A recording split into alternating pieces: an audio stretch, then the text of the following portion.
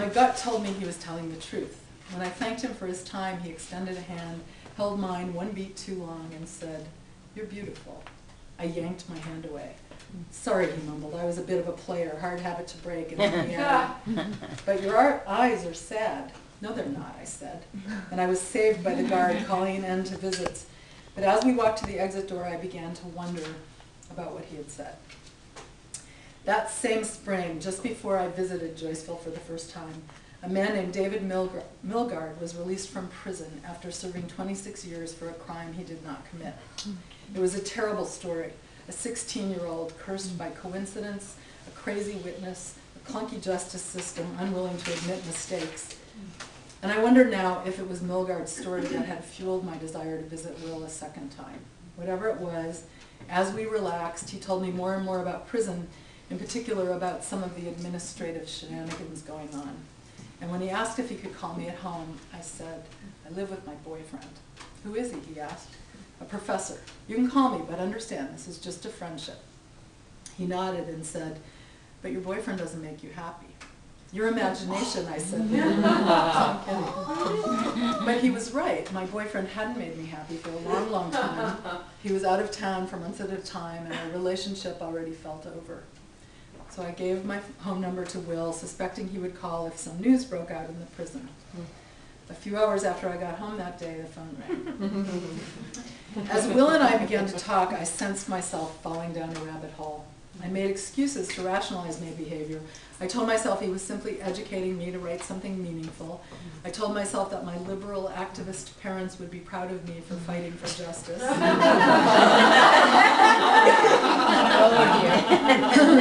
But as he opened up to me about how he'd hurt his mother and his 3 kids, the shame he had brought to his sisters who lived in the shadow of his crime, I sensed that all I needed was a push and I would be a goner. When we hung up, I called Kate, my closest confidant, and I told her I had met a fascinating man. But then I laughed grimly and I said, "He's in prison for murder." In her usual unflappable way, Kate, who had been a 30s movie star, calmly told me about a friend she'd had a long time ago in Hollywood.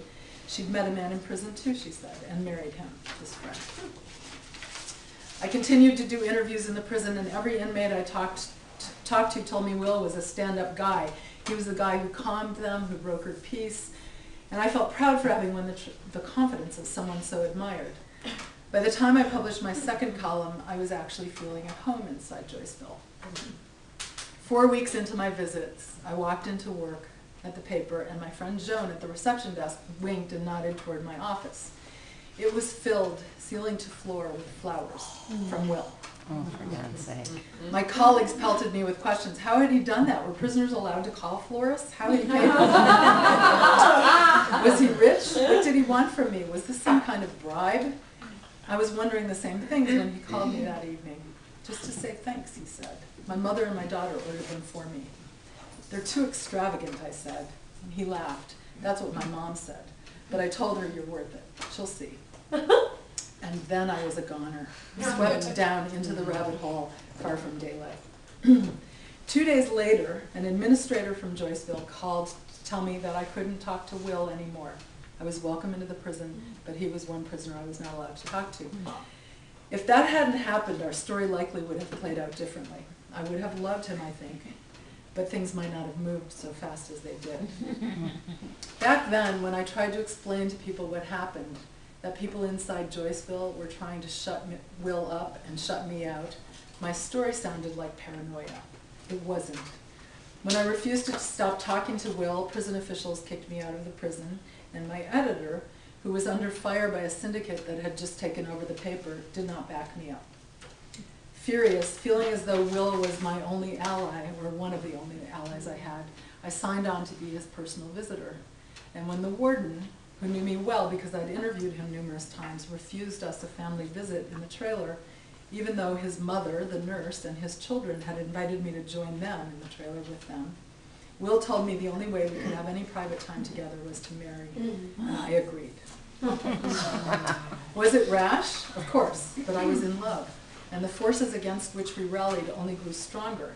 On the eve of our wedding, Joyceville transferred him 30 miles away to a higher security prison after an inmate who was a heroin addict who needed a quick transfer out of that prison attested to the fact that Will and another inmate were plotting to kill yet another inmate. The accusation was manifestly ridiculous. No one ever believed it, but we were separated, his security rating was raised, and we had to spend the next 10 months fighting his way back to medium security. All those obstacles pushed us closer together. And for the next 5.5 years, we were bound by attraction, by love, and by the fight we waged together to earn his parole. It is strange how the things we fight for can eventually be the things that break us apart. On parole, Will fell into a deep depression, and after 18 months, I asked him to leave. We divorced that year. I don't regret it, but being married to Will was hard, it was painful. Being a prisoner's wife requires mighty resistance to the mind-numbing, bureaucratic prison system itself, but even more to those who so casually dismiss us as less than, those who see us not as people who deserve support and respect, but who deserve contempt.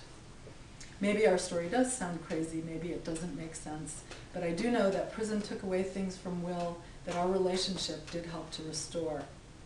I have always believed in something that John O'Donohue, the Irish poet and philosopher, said. This is a quotation. "There is a place in you where you have never been wounded, where there is still a sureness in you, where there is a seamlessness in you, and where there is a confidence and tranquility in you."